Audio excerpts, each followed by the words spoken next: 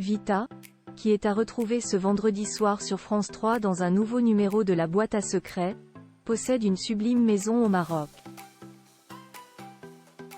Une belle villa dotée d'un immense jardin et de grandes baies vitrées donnant sur une piscine.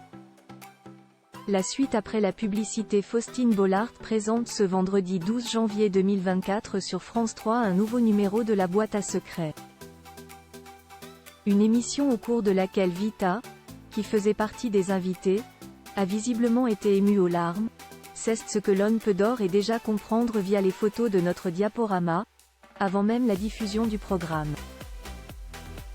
Quelle surprise a été réservée à celle qui est très occupée en ce moment par sa carrière mais aussi par son rôle de marraine de la nouvelle promotion de la Star Academy? Réponse ce soir. En attendant, intéressons-nous à la chanteuse, et plus précisément à cette maison qu'elle s'est fait construire au Maroc. Le 1er mai 2020, alors que les travaux venaient de commencer, elle a choisi le même cabinet d'architecture que son grand ami Gims.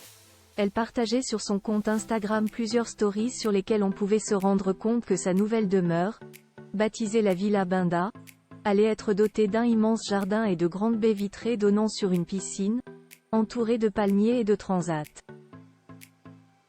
Vita, ces mots sur le séisme au Maroc. Depuis, les travaux se sont achevés. Vita peut ainsi profiter de cette maison quand elle le souhaite, notamment pendant les vacances des TE. Mais comme beaucoup d'endroits dans le monde, la météo peut s'avérer souvent capricieuse au Maroc. Ce n'est pas la grande copine de Diams qui dira le contraire, elle qui a vu sa sublime et luxueuse villa être assaillie par une tempête en août 2022. Tout le monde sait bien entendu qu'un an plus tard, au mois de septembre, le pays a été touché par un terrible séisme qui a fait de nombreux dégâts.